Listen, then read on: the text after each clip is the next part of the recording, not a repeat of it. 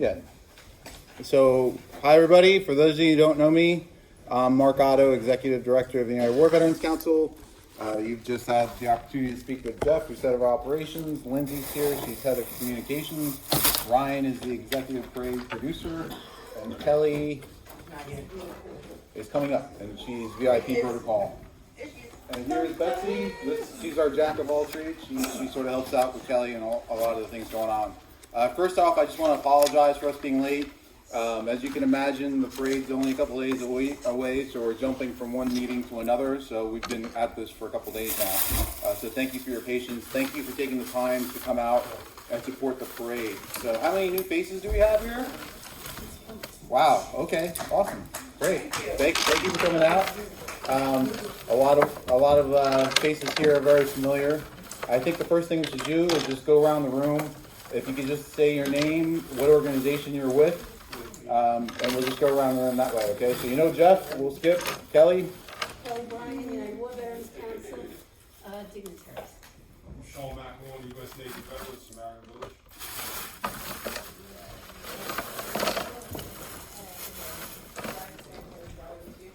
Okay.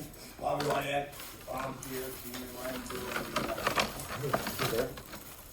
Charles McBride, I'm from the Olympic Ocean Memorial Day Parade Committee and Alliance International.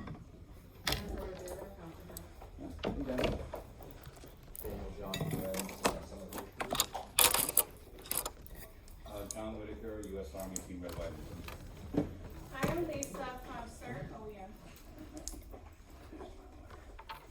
Oh, sorry. Doug Repeater, volunteer. I'll be aboard the World War II veteran float. Join my dad, who's a vet on that float, and his fellow World War II vets. Steve, British Royal Navy veteran.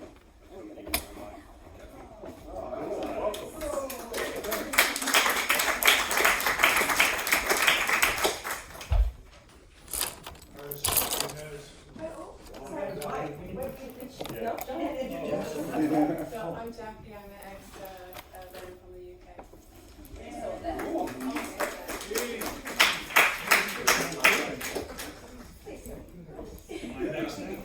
Absolutely. Curtis Martinez, volunteer, U.S. Army, 66, 68. Thank you. I'm with NYC CERT, I'm a volunteer. Beck Rowan from CERT, Division 3. Anthony Salamita from CERT. Reserves and Force. Johnny H. Williams Jr., Vietnam Veteran since 2010. My 501c3 was the veteran since 24 years. Thank you. Thanks, Matt.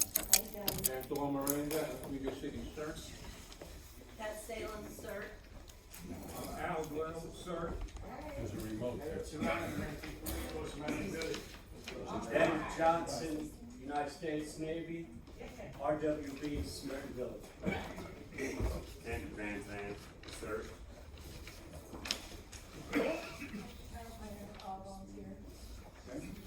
Maureen Johnson, volunteer. My father was a Korean War veteran and my grandfather was in the 69th, right?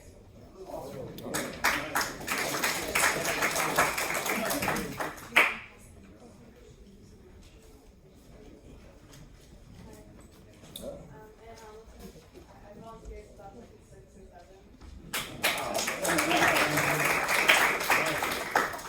Jamie Hamilton, golf cart driver and leader. And also, grandfather was in the 69th veteran, first sergeant. Wow. And grandfather of a second classman in the United States Naval Academy.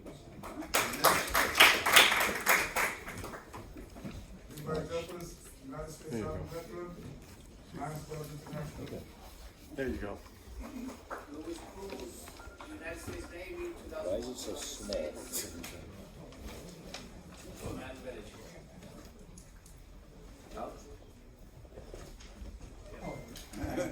Alex from the photographer.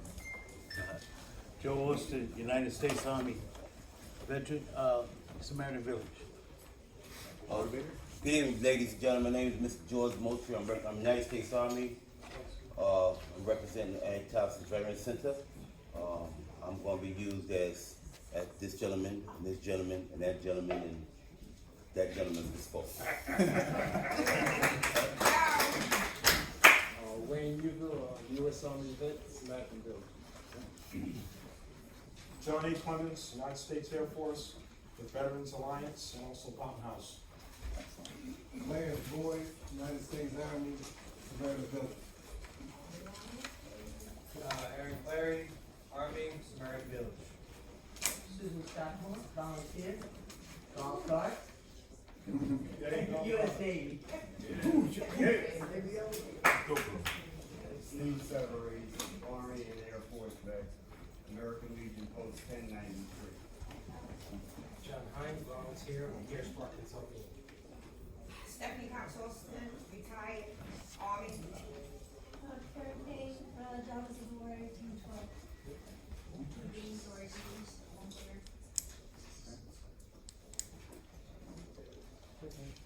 Javi Castro, volunteer, U.S. Army. Diego Hualpa, volunteer. Fausto Nunez, volunteer. Sophia Whitman, volunteer start. Hi, Diane Hawkins, Mr. Sergeant of National Foundation, World War II Medal of Honor. Rock.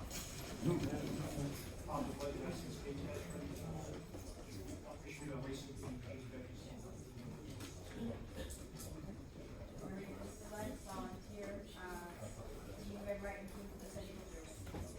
Great. USA U.S. Air Force, Samaritan Village.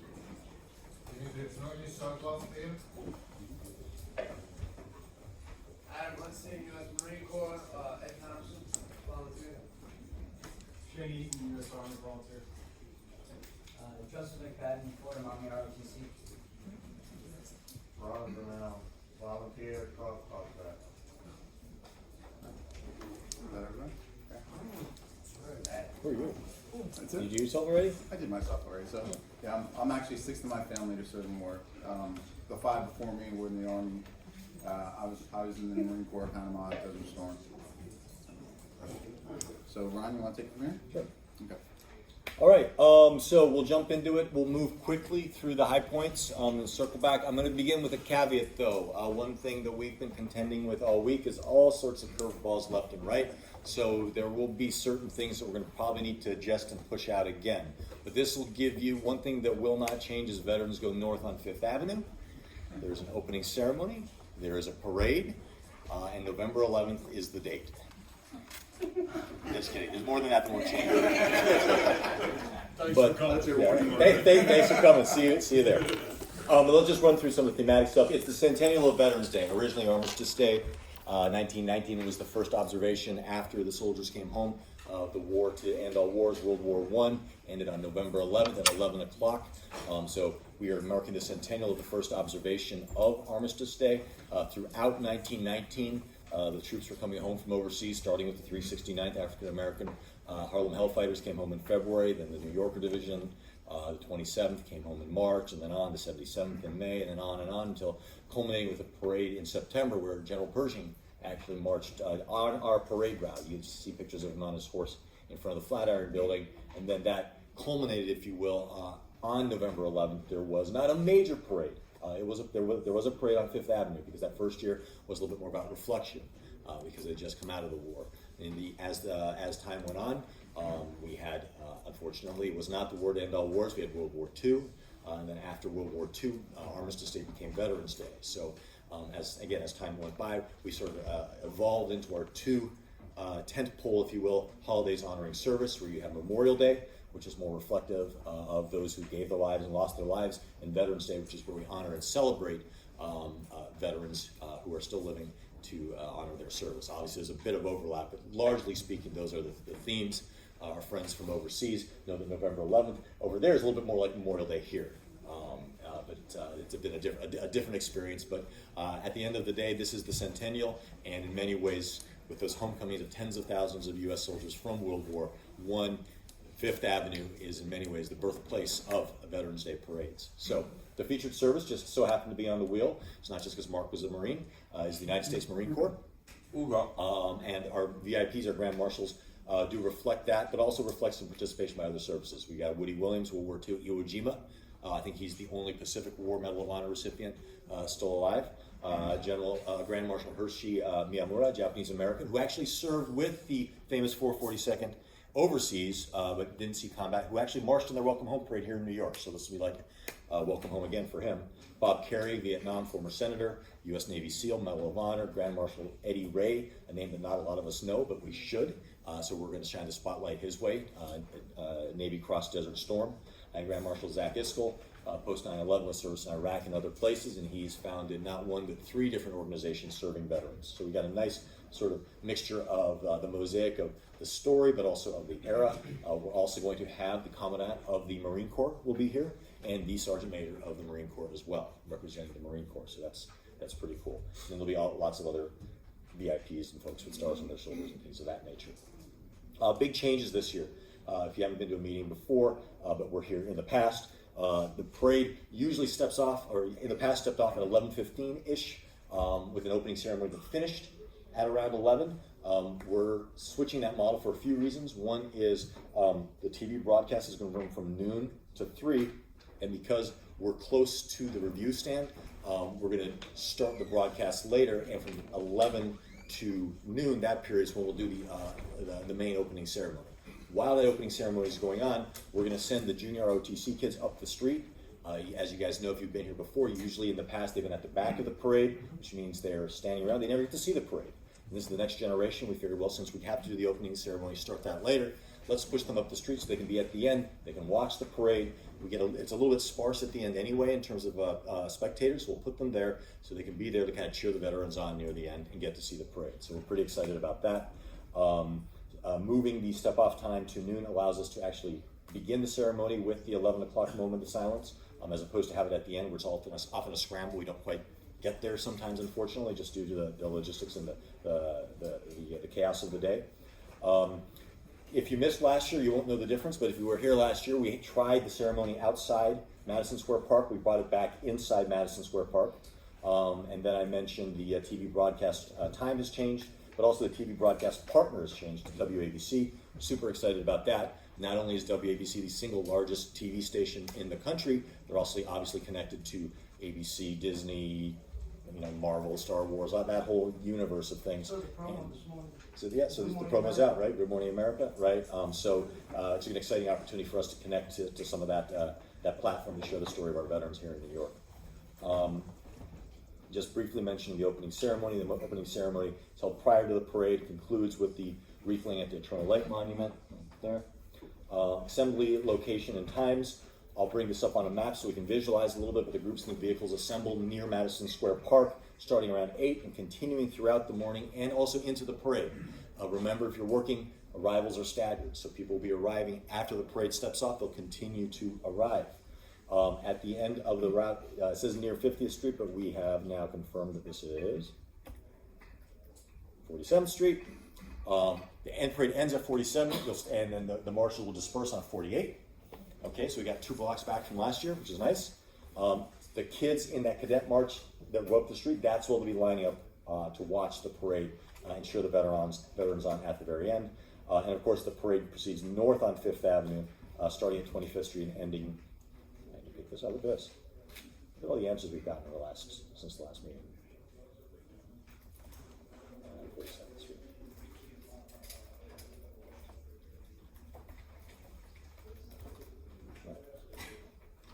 The review stand TV area, again, we'll show it on a map so you don't have to kind of try to picture it in your head, is located near the beginning of the parade. If anyone's done the National Memorial Day Parade in Washington, D.C., it's similar.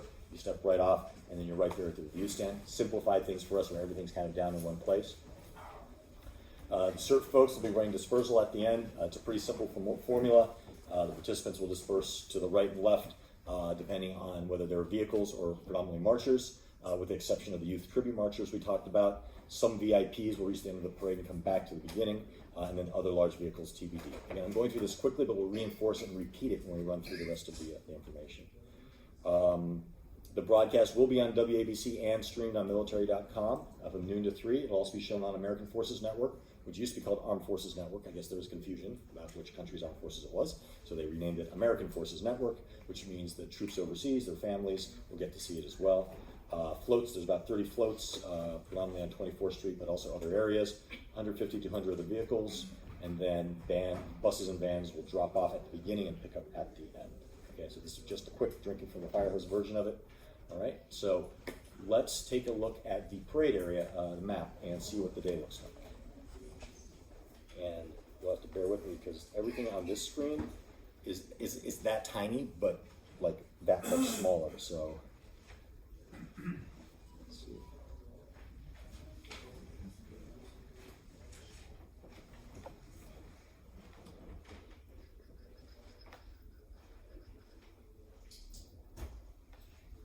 Let's go back to that.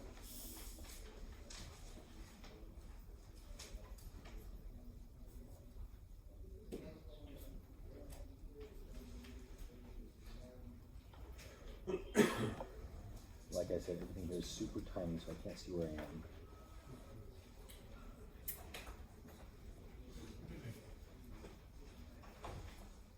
Oops.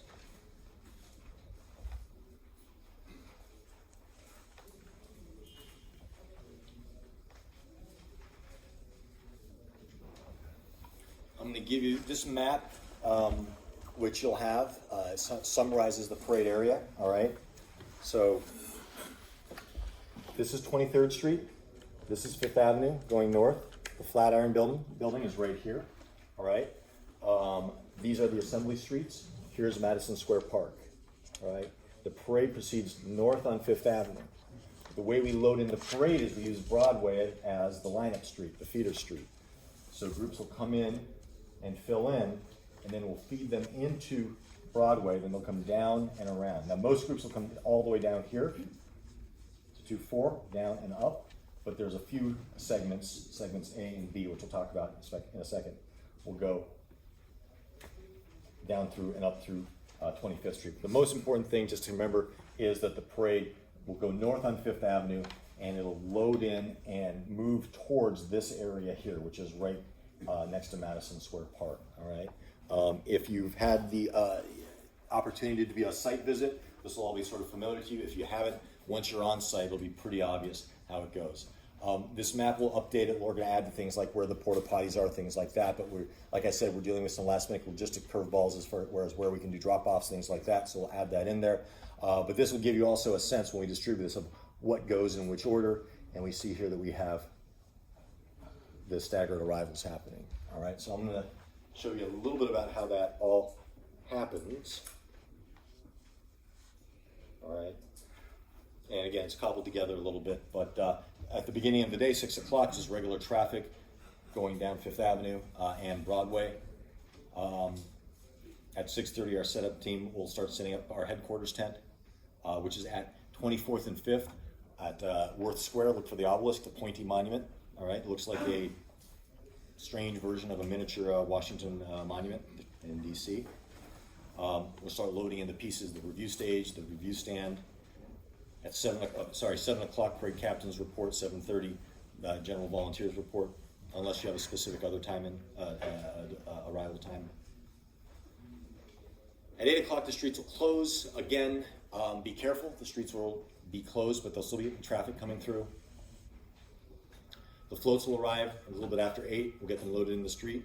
24th Street, also 25th, and some down here at those points. Where are my float people so far? Raise your hand if you're a float person. I heard Dimitri around here somewhere. Oh, maybe left.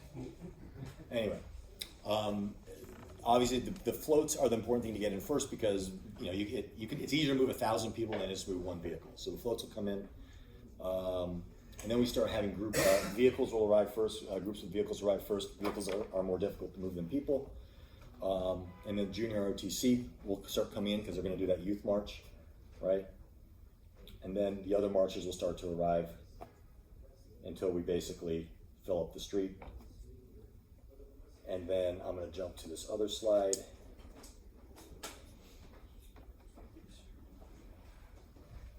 Oops.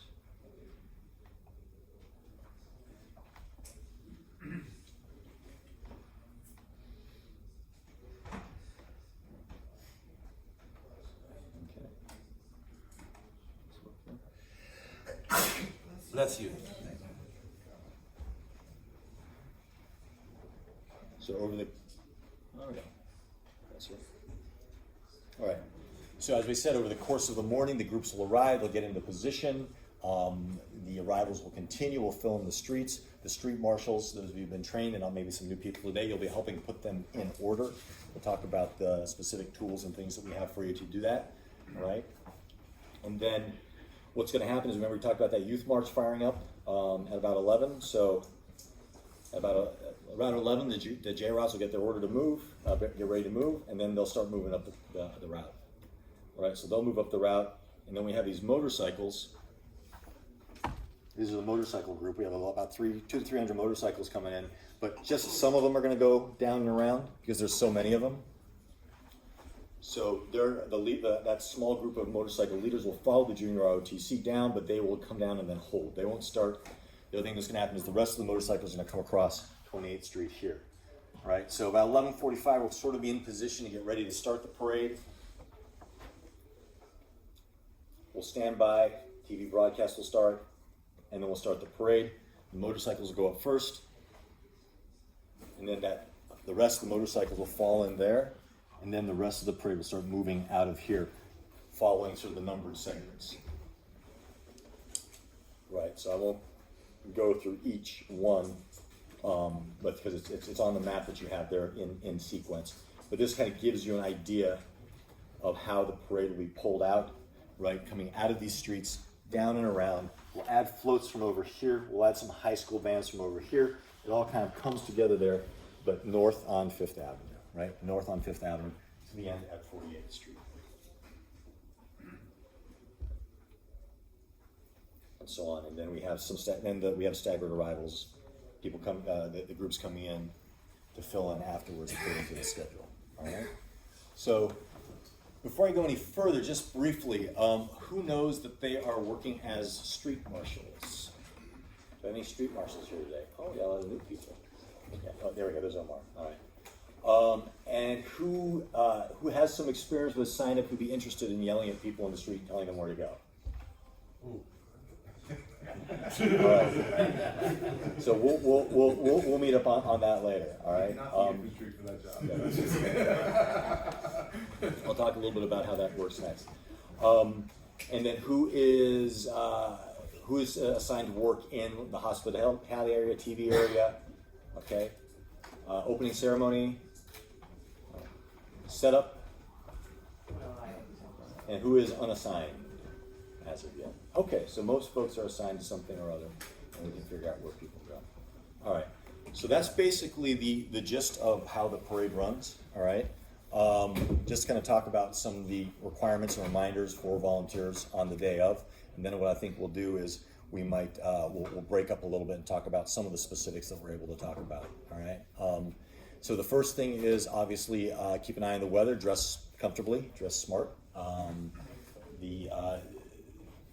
What I've found, and we've typically found, is even if it's cold in the morning, it may warm up later in the day. But if you're in the streets or you're in the shade, you may never get warm. So dress accordingly, right?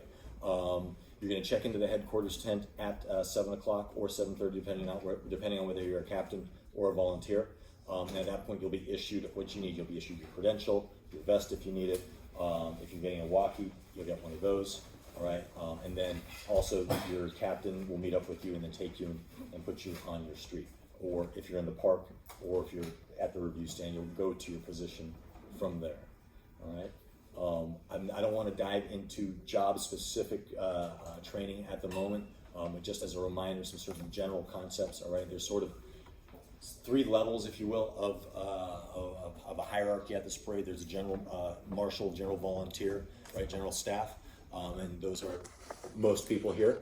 And then there'll be a captain, right? So someone who's responsible for a larger area, a larger chunk of responsibility, and then there'll be basically the parade officials like myself, Jeff, Mark, basically anyone that's Lindsay, anyone that's with the United War Veterans Council, Kelly, right, and 1 or 2 other folks that you'll meet on. If you don't meet before, you'll meet the day of. So those are the people to whom, if there's issues, things get escalated up. All right. In terms of safety and security, again, just remember that it is a parade, a lot of vehicles, a lot of marchers. So not only be safe for yourself, but help keep an eye out for other people as well. In terms of any sort of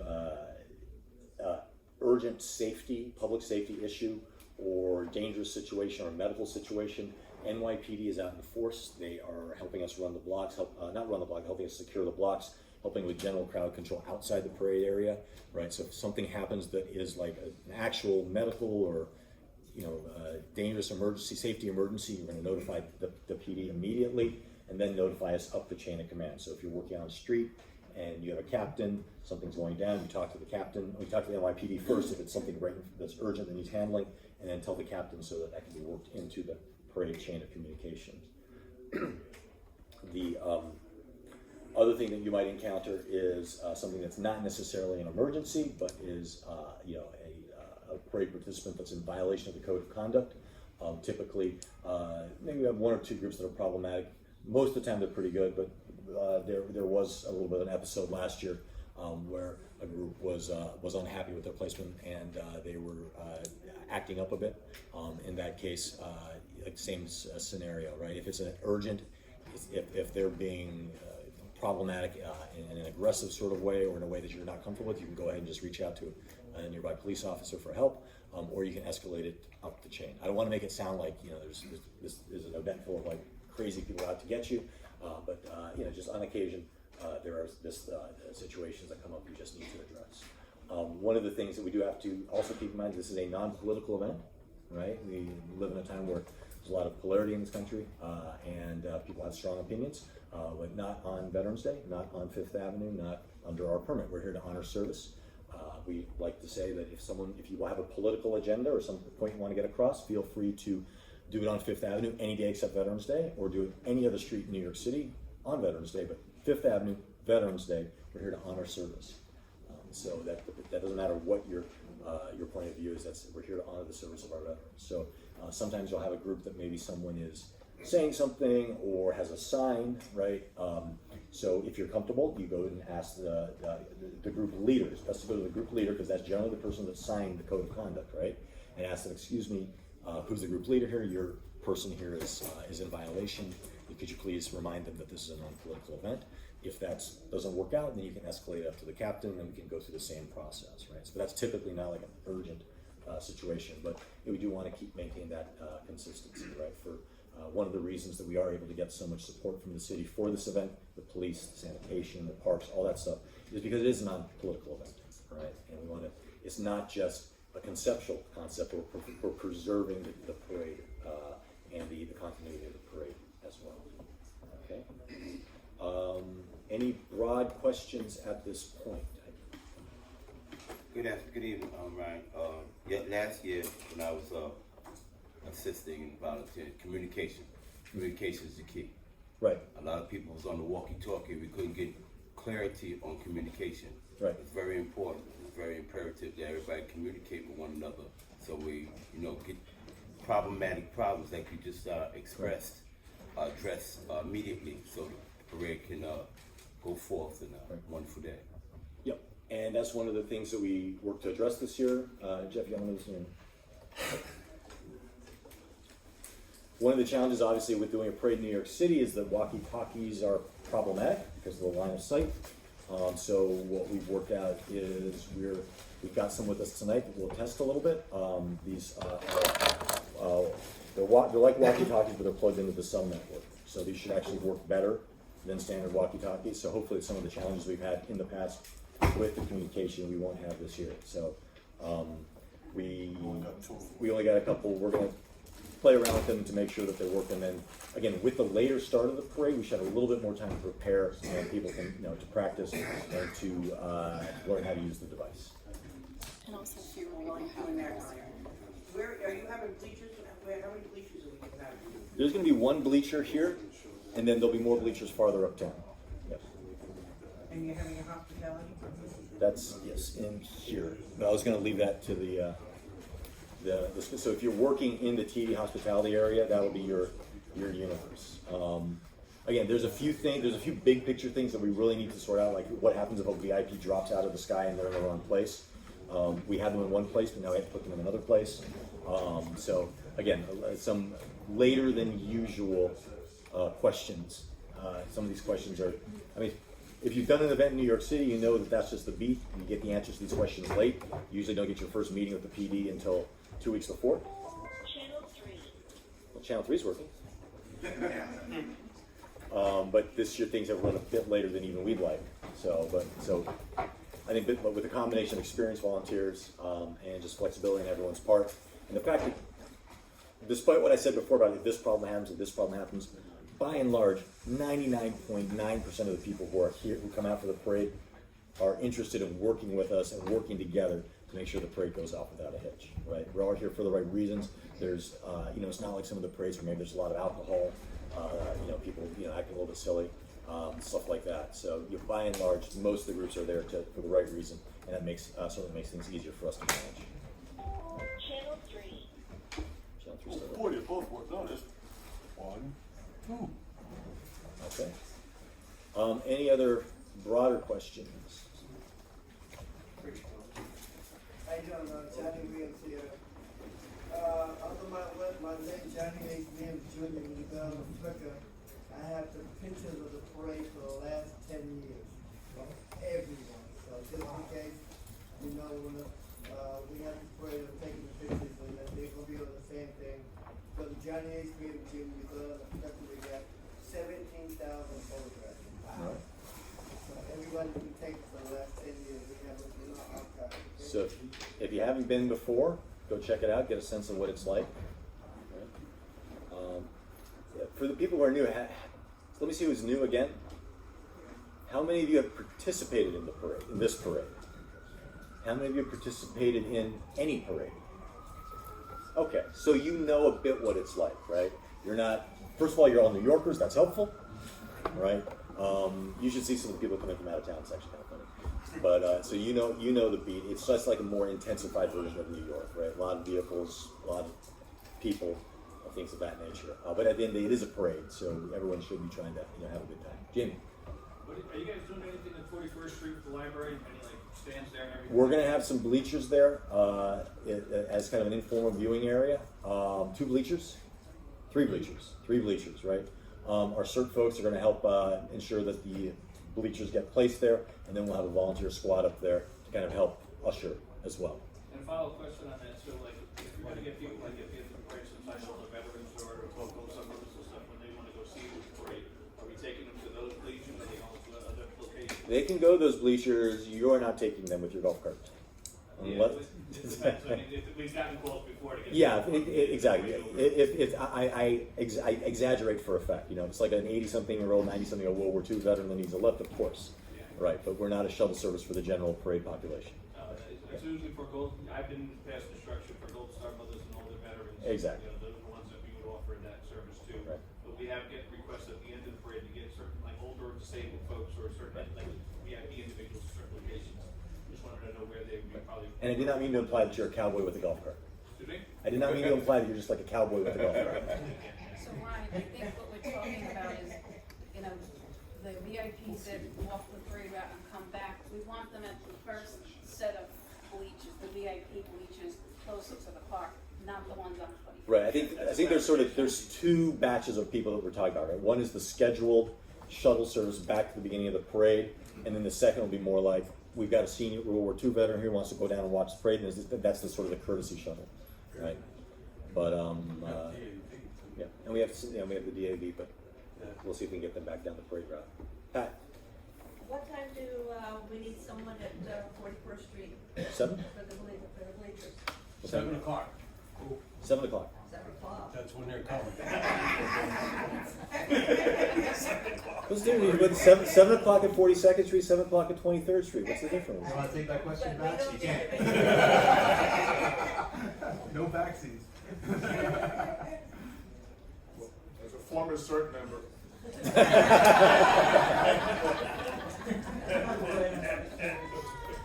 Alum since 2019, huh? So, to make the best use of the time, should we break up? Okay, let's break into groups. Again, there's Radios or what? the radios. Yeah, you want to? Well, Do everybody's they work? still- Yeah. Show us how You they. heard Channel 3 before. We know they work. Can you hear me now? Well, I want to make sure. All right. Keep walking further away, Jeff. Keep going. Keep hearing Let's that. Excuse me. Network, so we need AT&T now, you know? Don't jump ahead, woman. Ooh. Told you I hold up punches. Now, these are working off a cell tower. These are not walkie-talkies. I mean, they are walkie-talkies, but they're not like the ones that we used to have. All right, we're trying a new company and everything like that this year, so they're working off the cell towers just like your cell phone. All right, we were going to try to get cell phones and use the push-to-talk features, but they weren't going to work properly, so we're using these Motorola's. And you will be getting headsets, Susan.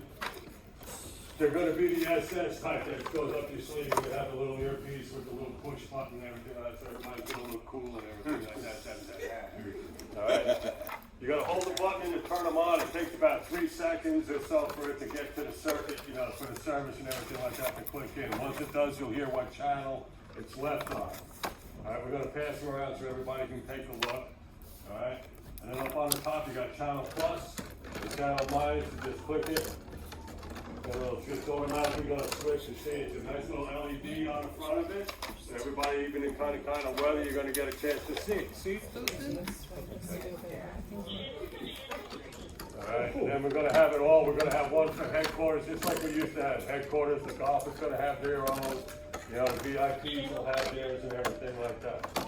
And that's basically how it works. You got your volume controls, you push the talk on the side, so it's pretty well self-explanatory for some people. Some people What channel are you on, how Jeff? to turn them on. Huh? What channel are you on? I think I'm on 3.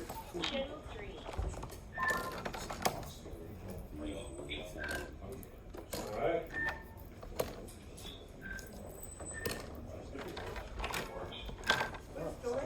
There's a little bit of a lag, so be patient. That's right, that's right. It's like the censorship is 7 seconds away. Just give it a second before you start talking, so it does register a little bit. The reason we're fumbling with these a little bit is because they had other ones that they were going to give us, but that didn't work out. So we haven't. We're doing a live training. You're seeing how the sausage is made right here. We were going to have these. These are like the top of the line, well, second top of the line. But we couldn't secure each channel. Like if we had 10 channels on here, everybody's going to hear everything. Yeah, I know. And we don't want that confusion like we used to have. You know? So these are going to be a little bit better and everything like that. They're a little bit slimmer, so they're not as heavy as the other ones we had last year and the years before. Thank you. So I think they're pretty cool. Any questions? Excuse me. They're not heavy, so they're really lightweight. So you want to pass these around? Or you want to do any more demonstrations or anything like that with them? I think we could pass them around. Anybody's got any questions on them? Not all the volunteers are going to get these, though. Just keep in mind, these are only for people who are street marshals, on the streets, street captains, walkers, that kind of thing. Golf cart drivers definitely going to have them. Don't worry, you're definitely going to have them. You know that. Wherever you'll be, though, you'll be within. Yeah, you'll be within, eye shot or ear shot of someone with one of these. All right, there's going to be enough of these in the area because we don't need 150 people on the walkies.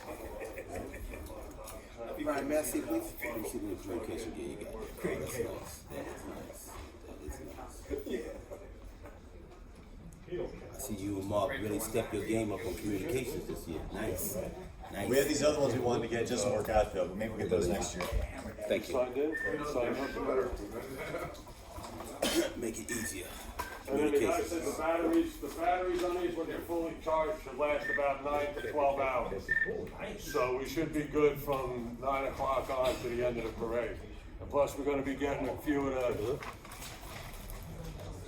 adapters and everything. We're gonna have stuff at headquarters, battery operated generators and stuff to plug into to charge up some stuff if everybody needs a charge. I'm done. Again. So again, important to keep an eye on your emails, all right?